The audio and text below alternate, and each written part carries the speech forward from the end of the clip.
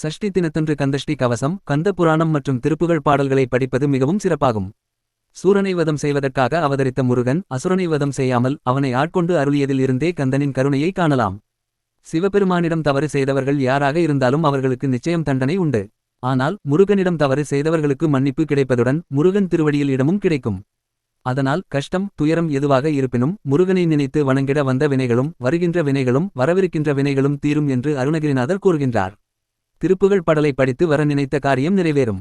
ஏனெனில் திருப்புகழ் பாடுக என்று நூலுக்கான பெயரையும் கூறி முத்தைத்தரு என்று பாட்டிற்கான முதல் அடியையும் அருணகிரிநாதருக்கு முருகப்பெருமானே எடுத்து கொடுத்து பாடப்பெற்ற சிறப்பு வாய்ந்ததாக திருப்புகழ் உள்ளது. திருப்புகழில் முருகப்பெருமானை மட்டுமின்றி விநாயக பெருமான், சிவபெருமான், அம்பாள், மகாவிஷ்ணு, ஐயப்பன், அனுமன் ஆகிய 6 தெய்வங்களையும் அருணகிரிநாதர் புகழ்ந்து பாடியுள்ளார்.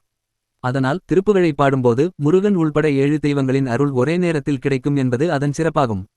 எனவே இன்று மாசி மாத தேய்பிறை சஷ்டி தினத்தன்று விரதமிருப்பவர்கள் அதிகாலையில் எழுந்து குளித்து முருகனை வணங்கி விரதத்தை தொடங்க வேண்டும். விரதம் இருக்க முடியாதவர்கள் இன்று முருகனை வணங்கி கந்த சஷ்டி கவசம், திருப்புகழ் போன்றவற்றை பாராயணம் செய்யலாம். முருகனுக்கு செந்நிற மலர்கள் உகந்தது என்பதால் அரளி முதலான பூக்களால் அலங்கரித்து விளக்கேற்றி வழிபடுவது சிறந்ததாகும். மாலையில் அருகில் இருக்கும் கோயிலுக்கு சென்று முருகனை வழிபட்டு விரதத்தை முடிக்கலாம். முருகப்பெருமானுக்குரிய செவ்வாய்க்கிழமையில் இன்றைய தேய்பிறை சஷ்டி வருவதையடுத்து முருகனை வழிபடுவர்களுக்கு செவ்வாய்க்குரிய அங்காரகனின் அருளும் சேர்ந்து கிடைக்கும். தேய்பிறை சஷ்டியில் விரதம் இருப்பதால் குழந்தை பேறு கிடைக்கும். தொழில் வியாபாரம் செழிப்பாகும் என்பது ஐதீகம்.